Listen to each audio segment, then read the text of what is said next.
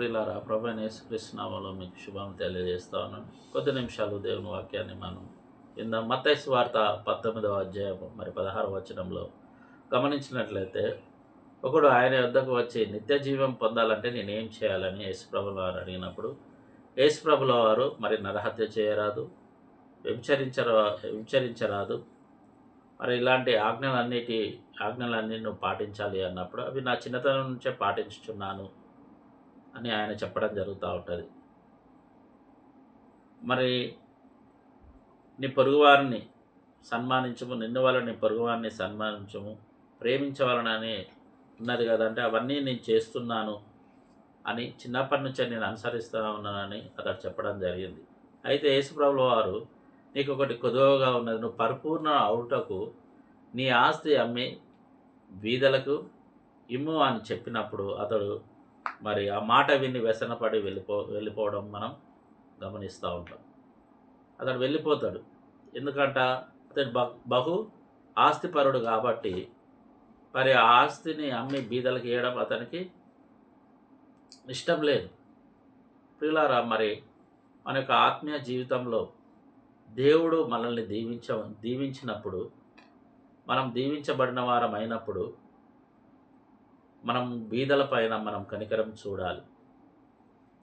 ఆ ఆస్తిని బట్టి మనం అతిశయింపబడకూడదు. మరి ప్రియులారా, మనం గమనించినట్లయితే అబ్రహాము బహుధనవంతుడు అయినను కానీ అబ్రహాము దేవుణ్ణి వెంబడించాడు. అబ్రహాము యొక్క హృదయంలో దేవునికి మాత్రమే స్థానం ఉన్నది, ఆస్తి అంతస్తులకు స్థానం లేదు. ప్రియులారా, మన వాక్యాన్ని గమనించినట్లయితే 16వ అధ్యాయం మత్తయి సువార్త 16వ అధ్యాయం 24వ వచనంలో మనం చూసినట్లయితే, అప్పుడు యేసు తన శిష్యులను చూచి, ఎవడైనను నన్ను వెంబడింపగోరిన యెడల తన్ను తాను ఉపేక్షించుకొని తన సిలువనెత్తుకొని నన్ను వెంబడించవలడని అన్నాడు. దేవుణ్ణి మనం వెంబడించాలి అనంటే మన సిలువనెత్తుకొని తాను ఉపేక్షించుకొని, మనల్ని మనం ఉపేక్షించుకొని, సమస్తమును మనకు కలిగి ఉన్న దాన్ని పెంటకుప్పగా చేసుకొని మనము దేవుణ్ణి వెంబడించాలి. అప్పుడే దేవుని కొరకు నువ్వు జీవించగలుగుతూ ఉంటావు.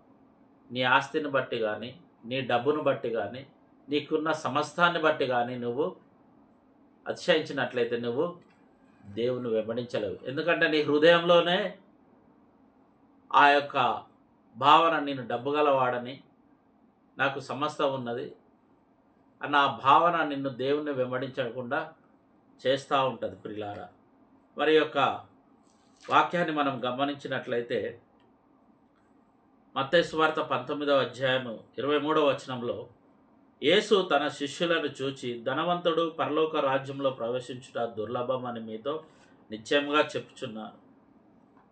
ఇదిగాక ధనవంతుడు పరలోక రాజ్యంలో ప్రవేశించుట కంటే సూది మధ్యంలో వంట దూరుట సులభమని మీతో చెప్పుచున్నానని. ధనవంతుడు దేవుని రాజ్యంలో ప్రవేశించుట దుర్లభం అనంటే, మరి అబ్రహాము అంత పెద్ద ధనవంతుడై ఉండి దేవుణ్ణి వెంబడించినాడు. మోషేను మనం గమనించినట్లయితే సమస్తమును పెంటకుప్పగా ఆయన సమస్తమును నష్టపరుచుకొని దేవుని వెంబడించినట్లు మనం గమనిస్తూ ఉంటాం.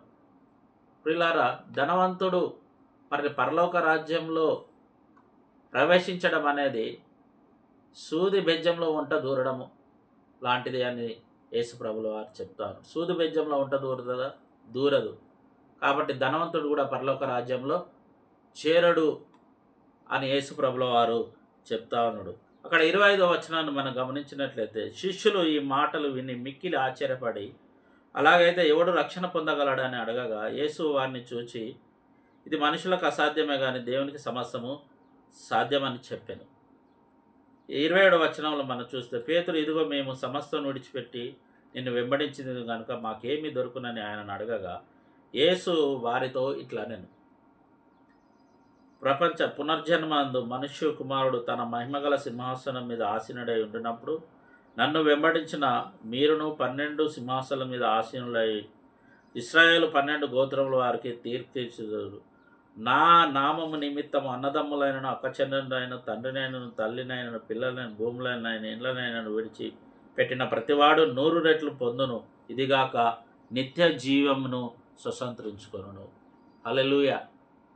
దేవుణ్ణి మనము మరి అన్నీ విడిచి వెంబడించినట్లయితే దేవుడు ఏమంటా ఉన్నాడంటే, విడిచిపెట్టిన ప్రతి దానికి 100 రెట్లు దేవుడు మరి మనకు ఇస్తానని చెప్తా ఉన్నాడు. ప్రియులారా, నీ జీవితంలో మరి దేవుని వెంబడించడానికి నీకు ఏది అడ్డుగా ఉన్నది? నువ్వేదైతే కలిగి ఉన్నావో దాన్ని బట్టి అతిశయించుతున్నావా? దేవుని బట్టి అతిశయించుతున్నావా? ఒకవేళ నీకు కలిగి ఉన్న ఆస్తిని బట్టి కానీ, నీకు కలిగి ఉన్న బంగారాన్ని బట్టి కానీ, నీకు కలిగి ఉన్న హోదాను బట్టి కానీ, నీకున్న పలుకుబడిని బట్టి కానీ నువ్వు అతిశయించినట్లయితే నువ్వు దేవుని వెంబడించలేవు. దేవుడు నీ కొరకు చేసిన శిల్వ త్యాగము వ్యర్థమైపోతుంది. కాబట్టి దేవుని రాజ్యంలో దేవుని నువ్వు వెంబడించాలి అని అనుకుంటే నువ్వు వెంబడించలేకపోతా ఉన్నావు.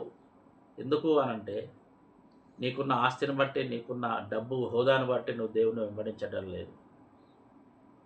దేవుని నువ్వు సంపూర్ణంగా వెంబడించాలంటే నీకున్న సమస్తమును వదిలిపెట్టి, నీకున్న సర్వమును ఆయన కొరకు వదిలిపెట్టి ఆయనను వెంబడించినట్లయితే నీవు దేవుని రాజ్యంలో చేరుతావు. మరి ప్రియులారా, ఈ యొక్క సమయంలో దేవుణ్ణి వెంబడించకుండా నిన్ను అడ్డగిస్తున్న ప్రతి ఆటంకము తొలగించుకొని దేవుని వైపు చూస్తూ నీ ఎదుట ఉంచబడిన పరుగు పందెంలో ఓపికతో పరిగెత్తుకుంటూ ఆయనను చేరుకోవాలని నా ఆశ. దేవుడి కొద్ది వాక్యాన్ని మన ఆత్మీయ మేలు నిమిత్తమే దీవించునుగాక. ఆమేన్.